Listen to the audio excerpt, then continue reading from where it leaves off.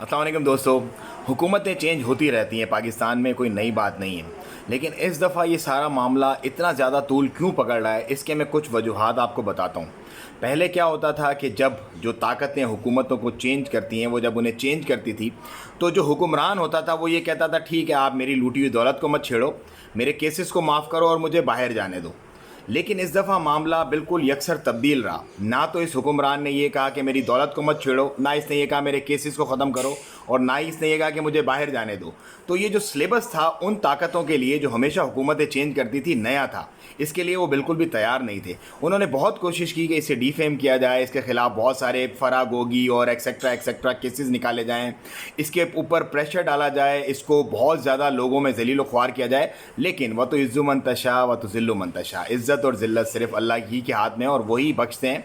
अवाम निकली और पोजीशन जो थी इस वाले लीडर की वो बिल्कुल चेंज हो गई। अवाम ने बता दिया कि ये बंदा हमें चाहिए। जब अवाम की ताकत सामने आई तो वो तमाम ताकतें जो हमेशा ये शतरंज का गेम खेलती हैं, अपने मोहरे बिठाती हैं, वो परेशान हो गई। उन्होंने कहा कि ये तो हम, इसके लिए तो हम तैयार ही नहीं थे, ये क्या हो गया।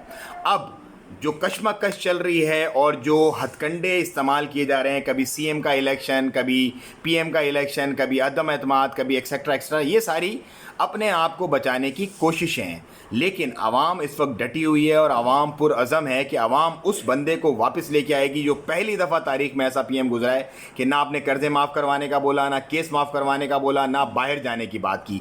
उसका जीना और मरना आवाम के साथ है और वो निडर डट के खड़ा हुआ है। ठीक है, उसके साथ कुछ ऐसे लोग हैं जो बेसाखियाँ हैं उसकी, जिसके बिना वो नहीं चल सकता। लेकिन आवाम इस बात पर पुरुमीद है कि जब वक्त आया, उसको 2 ताई अक्सरियत मिली, तो वो तमाम बेसाखियों को लात मारेगा और पाकिस्तान को सिंगल हैंडेडली लीड करेगा। इसीलिए पाकिस्तान इमरान खान से प्यार करती है और उन तमाम ताकतों को ये पैगाम देती है कि पाकिस्तान को पाकिस्तान की आज़ाद और ख़ुद मुख्तियार ख़ारजा पॉलिसी और इज़्ज़त और ख़ुद मुख्तियारी से जीने दिया जाए, जो कि हर एक पाकिस्तानी का हक़ है। पाकिस्तान जिंदाबाद।